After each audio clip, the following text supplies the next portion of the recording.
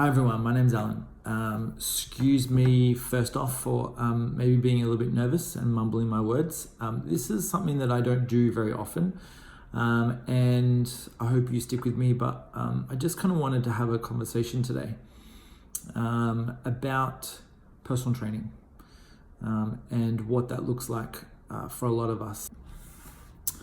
As a personal trainer, I kind of feel like there's two different types of people or two different types of trainers out there. I personally have been in the industry for over 15 years now, and I know a lot of people who have been in the industry for a little bit longer than I have. And it's an amazing industry, and we have so much information out there, and it's fantastic. You know, a lot of us can really get into some really specific work, and it's been amazing to see a lot of the people that I know who are in the industry doing some unbelievable things with their clients, but also with education and other things like that. I personally don't really like the word personal trainer. I would call myself a coach. The reason I call myself a coach is because I don't just look at one factor, which is your fitness. I look at a whole range of things, and I think, you know, from personal experience, working with other personal trainers who are, you know, very experienced, very professional, we all look at the same way. We all look at our clients as people who are coming to us to be committed to their training, to look after their health and wellness. And their fitness, of course, and it's, you know, those categories are very different. But also, we want to listen as personal coaches. We want to make sure that we listen and observe and understand what the client actually needs, and that is our job. Our career choice was to go into the fitness industry and not just become someone who beasts them or, you know, gives them, you know, all of these stupid, ridiculous, you know, silly exercises like balancing on stability balls and silly things like that. Now, don't get me wrong, if that's what your client wants, happy to, you know, allow them to go ahead. I've done it. We've all been there. But I want to kind of, you know, iterate that when we are coaches and we are very professional at what we do, we don't just get a client into the studio and go, okay, jump in this, you know, exercise and we go ahead and do that. No, I personally want to sit down with them. I want to find out who they are as a person, why they're here, why they want to do what they want to do, and why their goals are so important to them, and what that means for me, so then I can guide them through that. Now, don't get me wrong. When I, first of all, speak to a lot of my clients, the first thing I kind of hear from them is, I want to get fit. I want to lose weight. I want to do this. I want to do that. But as a professional coach, what we want to try and see is us trying to understand the specifics of those general goals. Because everyone generally these days wants to lose a little bit of weight, or wants to put on some more muscle, or wants to, you know, fix their back or fix their knees or whatever that might look like.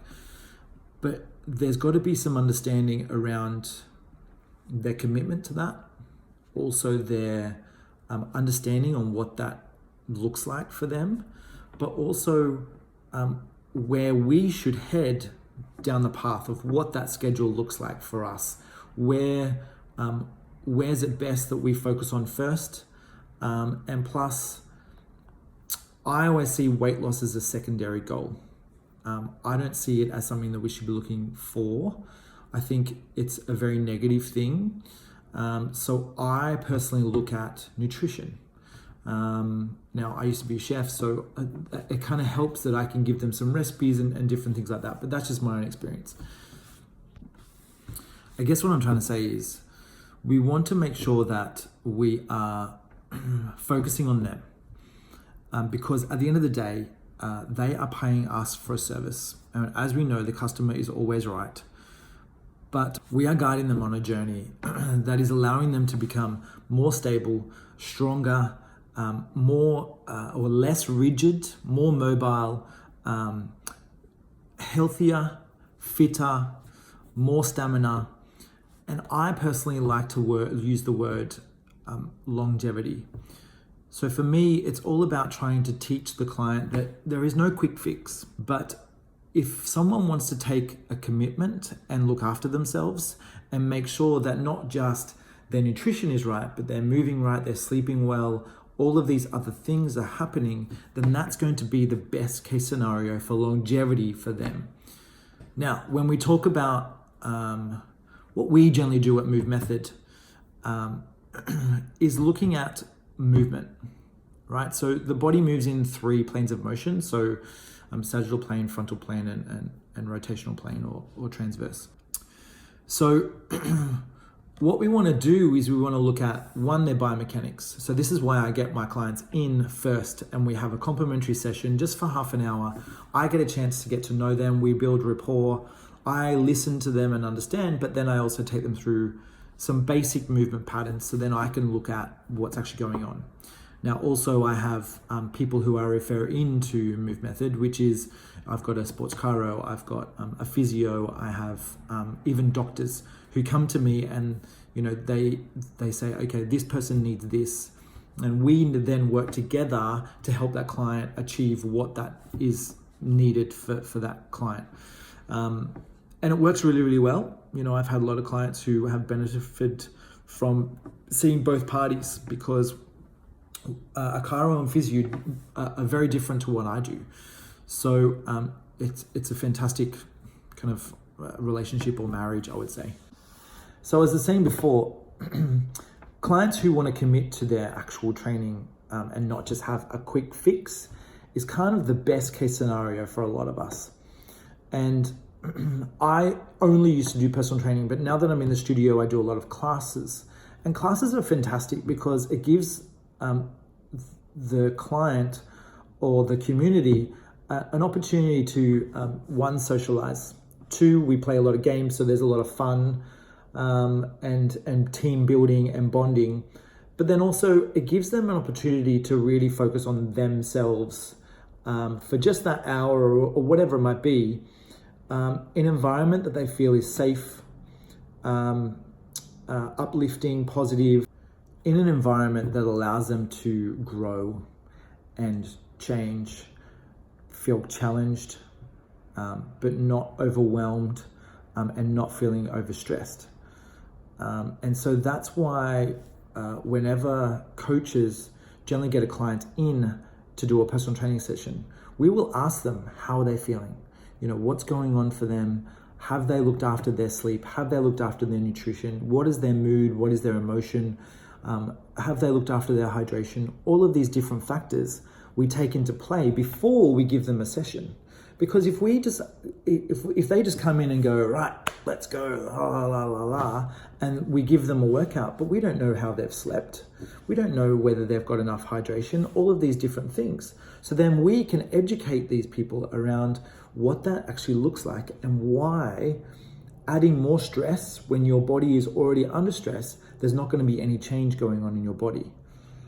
So I guess as a coach, we like to feel that we are educators around health and wellness and not just a trainer that is going to get you beasted. Now, don't get me wrong, as I said before, I think there's a lot of people out there who are still a little bit misguided when it comes to high intensity interval training. But in saying that, some people just really like that. They really enjoy that whole high intensity training, and that's okay. So find your community and go ahead and do it. I guess, you know, from my point of view, I look at it as a long-term kind of journey, and a long-term journey, yes, may have like once a week of about 16-20 minutes of a little bit more high intensity, more like steady state training instead of high intensity interval training. And that's generally what we do at Move Method. We have, you know, metabolic conditioning in our Viper class. So I will generally give them, you know, only a small amount of metabolic conditioning, which allows them to have their heart rate come up and keep going up and up and up to the point that they can handle, but never to the point where they feel stressed. And I would say that There's a lot of women out there who are pushing through their, hormones and time of the month, all of that kind of stuff. And that's probably not the best case scenario for a lot of women.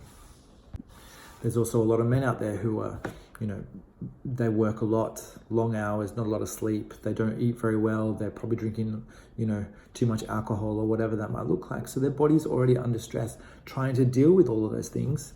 And then as trainers, they would get them in the gym and they'd go, go, go.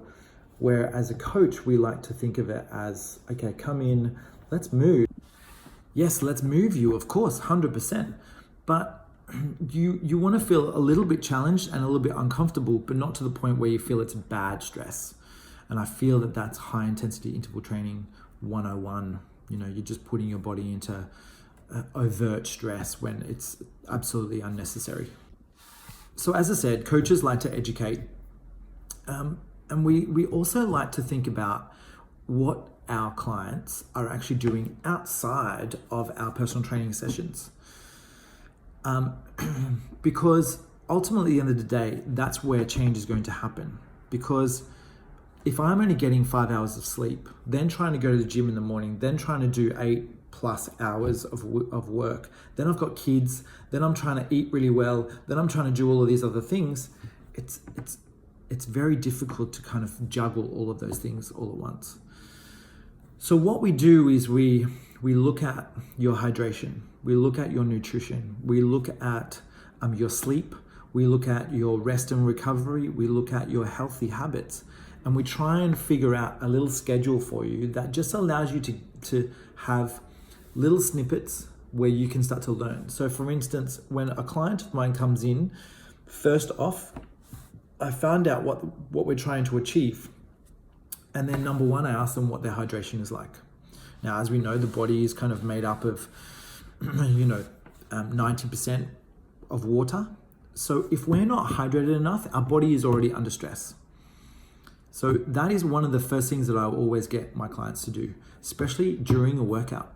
Think about your body as a sponge sitting on top of a pool of water in a bucket.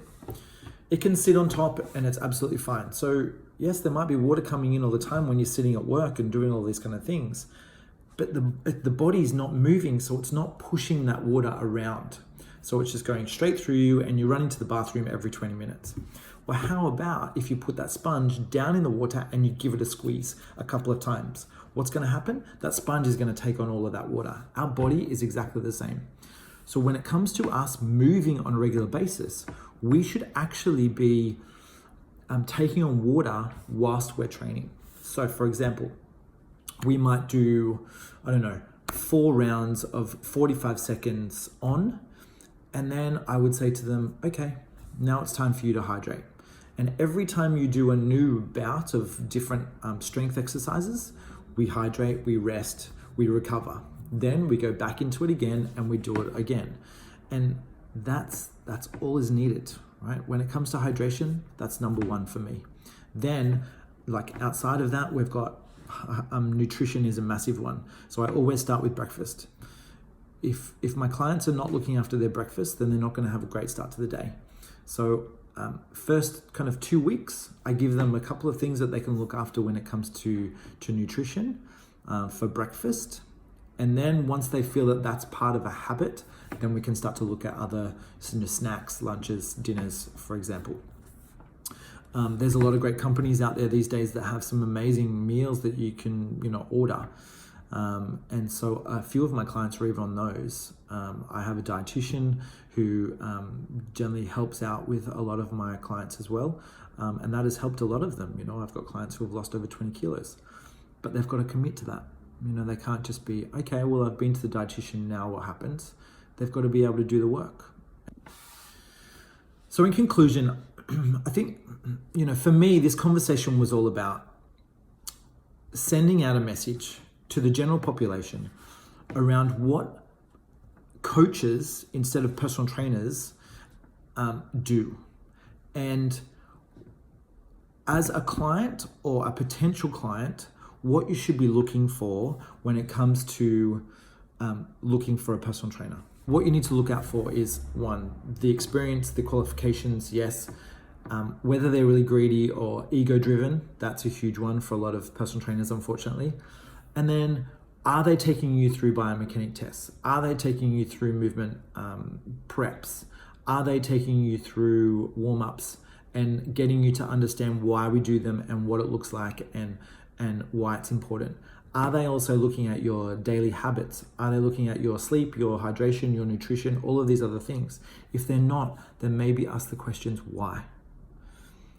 And if there's any other questions that you might want or have around this, I would be more than happy to, have a FaceTime conversation or whatever that might look like. So please, if there's any trainers out there also who like this and want to share it, I'm more than happy for you to do that. I look forward to hearing your feedback. And if I'm wrong in any way in any of this, please, I'm all ears and open to any criticism or constructive feedback. Thank you very much for your time, and have a great day.